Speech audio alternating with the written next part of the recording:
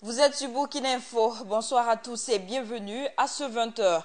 À la une de l'actualité, dans le cadre du renforcement de la sécurité routière, la Fondation Laser s'installe au Burkina Faso. Elle compte appuyer les autorités dans la lutte contre l'insécurité en circulation. 2 avril, c'est la journée mondiale de l'autiste. Nous irons à la découverte de cette maladie dans ce journal. À Dédougou, dans la boucle du Mouroun, précisément dans le village de Tchériba, les femmes ont fait de la poterie leur principale source de revenus. 4 ans après avoir œuvré à la tête de la CEDEAO pour le développement économique et social de l'espace, Kadri Désiré Ouédraogo est en fin de mandat. Le président de la commission de la CEDEAO juge globalement positif son bilan. Plusieurs acquis ont été engrangés sous son mandat. Des détails avec Cheikh Omar Bandaougou. Après 4 années passées à la tête de la Commission de la Communauté économique des États de l'Afrique de l'Est CEDEAO, Kadri Désiré Ouédraogo est aujourd'hui en fin de mandat. Arrivé à la tête de l'institution le 17 février 2012, cet homme d'État burkinabé a placé son mandat sous le signe des aspirations premières de la communauté. Une mission donc accomplie pour l'homme. C'est pour nous une fierté d'avoir apporté notre modeste contribution à la résolution des crises de notre région, mais tout en avançant également sur ce qui est l'objet principal de la CEDEAO, le développement économique et social. 4 années ont pu paraître peu au vu de l'immensité des tâches à accomplir.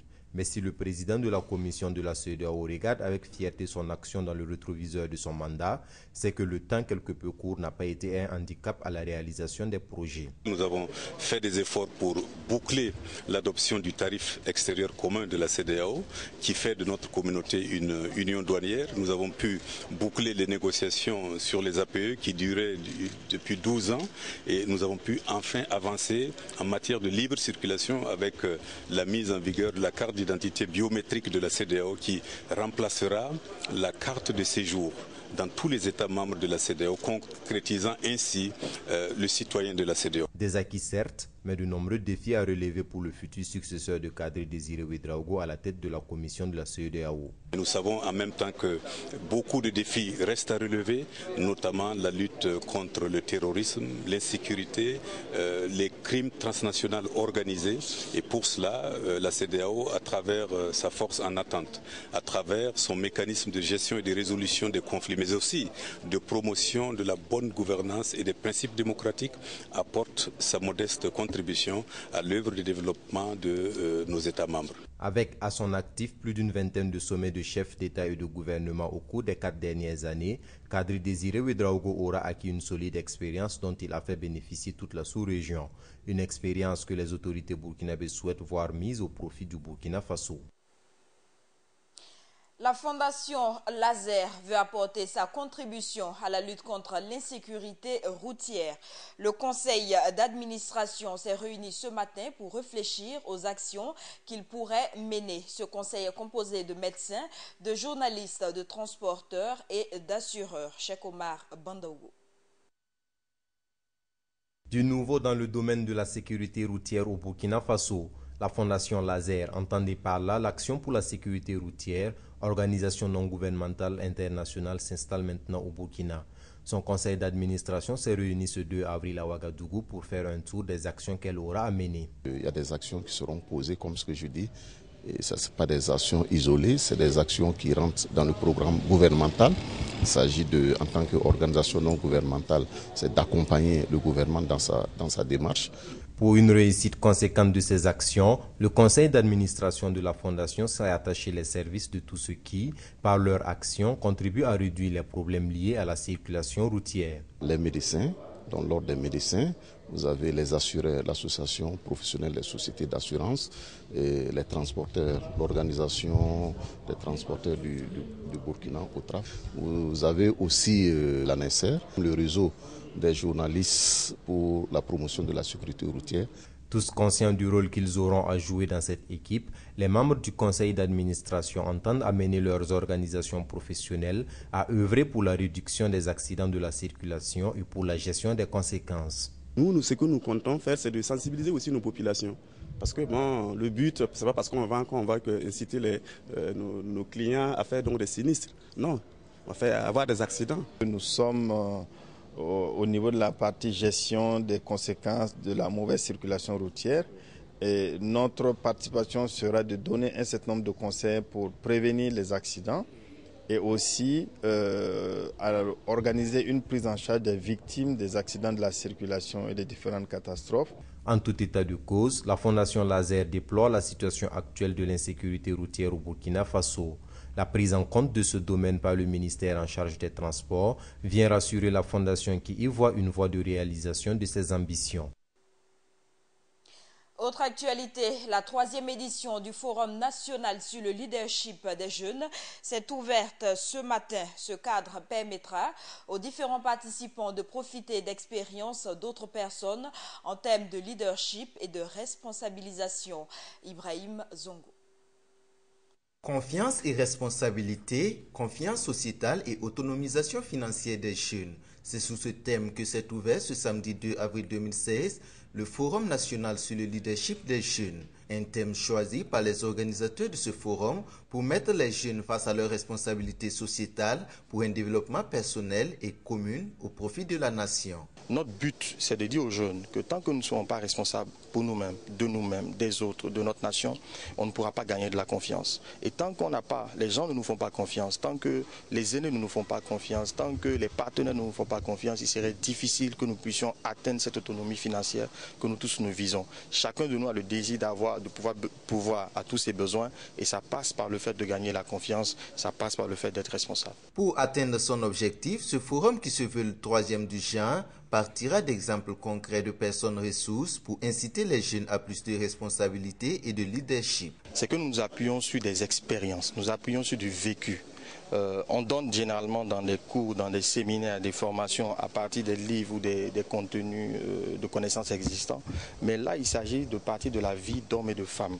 Donc, ils viennent partager leur expérience. C'est vraiment ça la spécificité. Placé sous le parrainage du ministre de la Jeunesse, de la Formation et de l'Insertion professionnelle, ce forum a connu la participation de près de 500 jeunes. Le ministre a donc profité de cette aubaine pour appeler les jeunes à réveiller leur leadership pour faire valoir leur talent. En chaque jeune sommeille un leader. Donc il faut donner les outils pour permettre aux jeunes de pouvoir cultiver ce leadership-là, pour être utile pour eux-mêmes et utile pour leur nation. Nous voulons tous construire notre pays et ce sont les jeunes qui sont vraiment, j'allais dire, le fer de lance dans cette dynamique-là de construction d'un Burkina nouveau. Parti d'une simple volonté ou d'une ambition pour réaliser un exploit en leadership et instaurer une confiance en soi et autour de soi, c'est en somme l'objectif de ce forum. Et c'est ce matin que les 2 représentants du secteur informel devant siéger au Conseil économique et social ont été élus. Une élection qui a été émaillée par des tractations. Aboubakar Kwanda est coordonnateur du secteur informel à Ouagadougou. Il nous explique les raisons de ces différends constatés lors du vote. Des propos recueillis par Hassan Nakrou.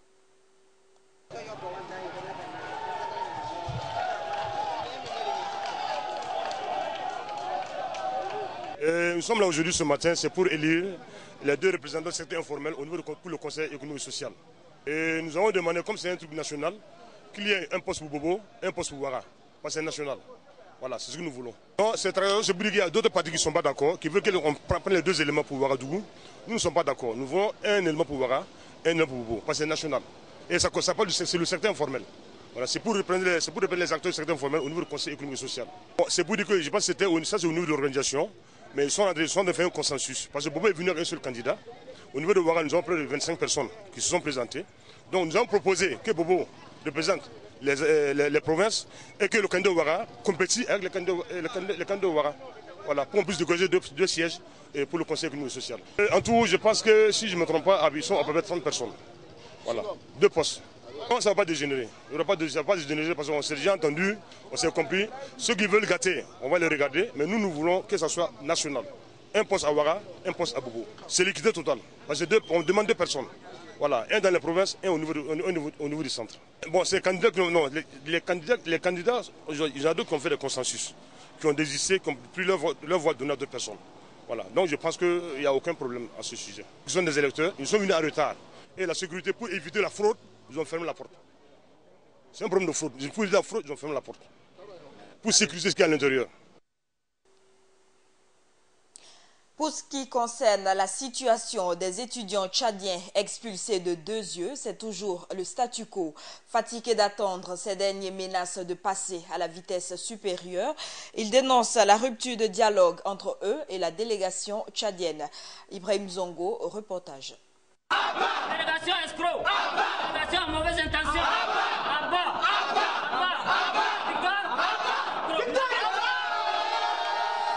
La tension est montée d'un cran ce vendredi 1er avril 2016 à l'ambassade du Tchad à Ouagadougou.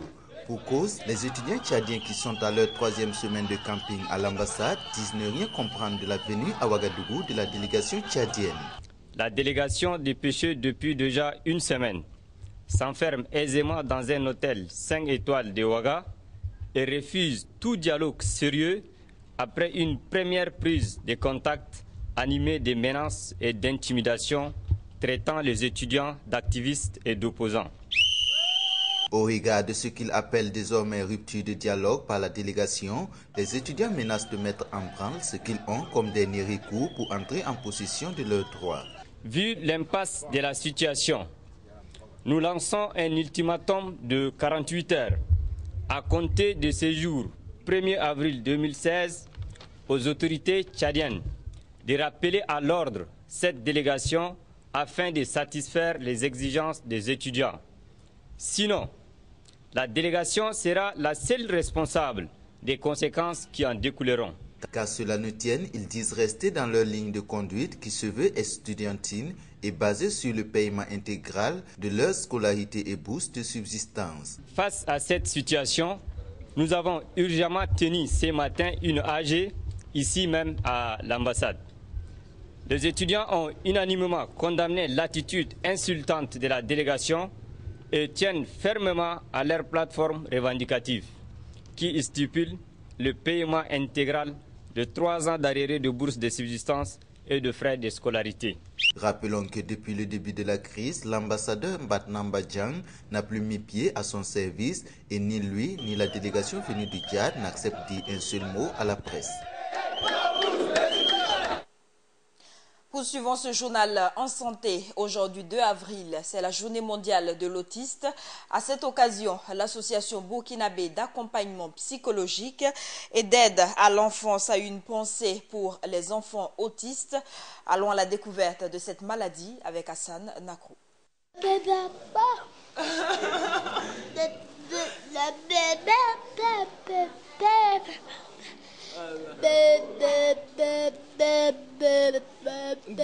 Il s'appelle Médéri Darius Mboutiki. Il a 5 ans et demi, mais n'a pas un comportement adéquat comme les enfants de son âge. Méry souffre d'une maladie appelée autisme depuis sa naissance. Il a été diagnostiqué comme étant un enfant autiste. Médéris, particulièrement, il est hyperactif. Il n'a pas le langage. Quand je dis qu'il n'a pas le langage, je veux dire par là qu'il ne parle pas. Voilà, il a très peu de mots. Et même les quelques rares mots qu'il arrive à prononcer, ce n'est pas dans un sens de communication. Voilà, il les prononce juste comme ça, à tout venant. Comme lui, ils sont environ une vingtaine d'enfants qui sont atteints de cette maladie et conduits ici au sein de l'association burkinabé d'accompagnement psychologique et d'aide à l'enfance, ABAPE, qui en prélude de la journée internationale de l'autiste, prévue le 2 avril de chaque année. L'association a décidé dans ce cadre d'organiser une conférence de presse sur le thème à la découverte de l'enfant autiste, en lieu et place du thème mondial, une pensée spéciale pour nos enfants. Pour l'association, il faut d'abord mettre l'accent sur la connaissance du mal, dont beaucoup ignorent. Bon, un enfant autiste, c'est un enfant qui a des troubles en voie de développement et des troubles neurodéveloppementaux qui affectent l'enfant dans 3 domaines. Il y a troubles de communication, troubles de comportement et troubles d'interaction sociale. Donc c'est un enfant souvent qui est replié sur lui-même, qui est coupé du monde. Il n'arrive pas à interagir avec les autres, il n'arrive pas à communiquer, il n'arrive pas à s'exprimer. Et au fait, souvent, il a des troubles de comportement, il a des cas de comportement inadaptés et ce n'est pas approprié à la société en tant que telle. Une maladie dont les causes n'ont pas encore été scientifiquement prouvées, si ce n'est que des hypothèses que les scientifiques émettent. Les causes, particulièrement, généralement, il y a beaucoup de causes, mais ce sont des hypothèses. Scientifiquement, d'abord, on n'a pas arrivé à dire réellement que voici ce qui amène l'autisme en tant que tel. Mais il y a des causes environnementales, il y a les causes génétiques, il y a les causes post-natales et prénatales. Il y a souvent, et puis aussi, il y a l'automédication des femmes enceintes. Par cette conférence, la BAPE veut interpeller le gouvernement burkinabé et les parents à mieux s'investir pour la prise en charge de ces enfants qui peuvent aussi retrouver leur mobilité à travers une éducation appropriée que délivre le centre. À présent, ouvrons la page de la Semaine nationale de la culture.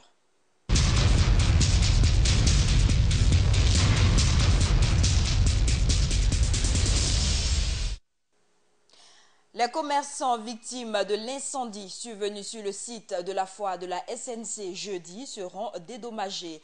L'engagement a été pris hier par le président du Faso Rockmark, Christian Kaboré, qui s'est rendu sur les lieux de la catastrophe. Samba Kassile Traoré, reportage. C'est avec des écriteaux tels que « Au secours aux sinistrés de la foire, aidez-nous, Monsieur le Président », que le président Rockmark Christian Kaboré, venu visiter le lieu de l'incendie, a été reçu à la foire de Bobo Dioulasso.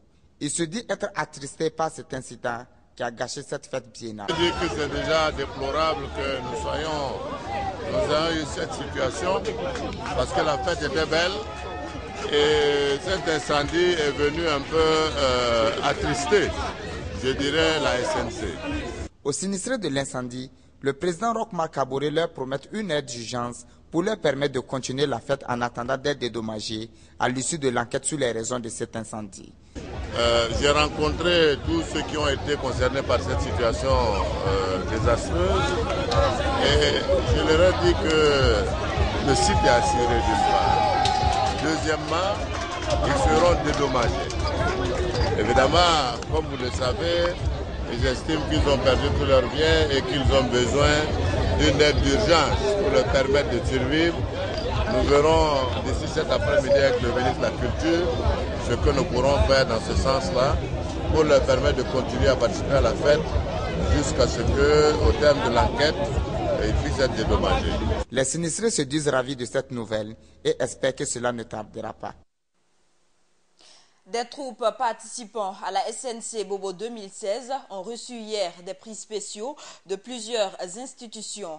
Environ une vingtaine de groupes ont vu leurs efforts encouragés. Ces prix spéciaux vont d'une valeur de 500 000 à 1 million de francs CFA. Des précisions avec Samba Kassile Traoré. En prélude à la nuit des lauréats où les meilleurs artistes à la Semaine nationale de la culture seront récompensés, des prix spéciaux ont été décernés à certains artistes ou à certaines troupes. Ces prix spéciaux ont pour but d'encourager certaines personnes jugées talentueuses qui pourraient ne pas être choisies lors de la nuit des lauréats. Plusieurs prix existent, dont celui de l'Assemblée nationale. Et le président de l'Assemblée nationale a bien voulu décerner ces prix pour encourager tous les promoteurs culturels, les féliciter, mais surtout les exhorter à aller de l'avant. Vous avez vu que cette édition a été malheureusement frappée d'un incendie qui a sinistré des participants, mais malgré tout, la Semaine nationale de la culture est un succès. La troupe Fitini Koulekan, à l'instar d'autres troupes, se dit fière de la récompense reçue. Et pour moi, ça me va droit au cœur parce qu'il faut se dire que parmi tant de troupes, quand même, si quand même, le jury c'est basé sur nous pour dire que vraiment nous méritons ces prix, vu quand même la technicité quand même de nos montages et ainsi de suite. Alors donc c'est tout un honneur pour nous et un honneur pour toute la commune de Rodara, en particulier en général du moins sur la province de Kinédougou. Aussi, la troupe Fitini Koulekan pense que ce prix spécial qu'elle a reçu est un signe qu'elle sera la meilleure troupe lors de la nuit des lauréats. Pourquoi pas? Parce que si voient tel qu'ils ont décrit quand même les critères sur lesquels ils se sont basés quand même pour décerner ces prix, bon, je ne vais pas dire que c'est obligatoirement ça. Donc nous aussi on peut se pencher qu'il se pourrait que vraiment ça soit quand même un signe quand même de se faire voir quand même parmi les meilleurs durant cette 17e édition. Environ une vingtaine de personnes ou de troupes ont été récompensées par des prix spéciaux allant de 150 000 francs à 500 000 francs CFA.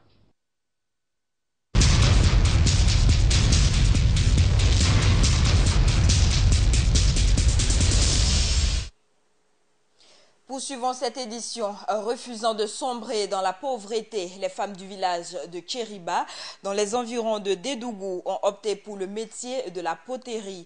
Leur production, elles les revendent dans les marchés du village ou dans la région. Une activité qui leur permet de scolariser leurs enfants. Mahamad Sangaré, reportage. La poterie est un métier qui peut nourrir son homme, pourvu qu'on lui consacre beaucoup de temps. C'est du moins ce que pensent les femmes du village de Kériba. Un village situé sur la route nationale 10 à 50 km de la ville de Dédougou. La plupart des femmes de ce village s'adonnent à la poterie depuis leur tendre enfance.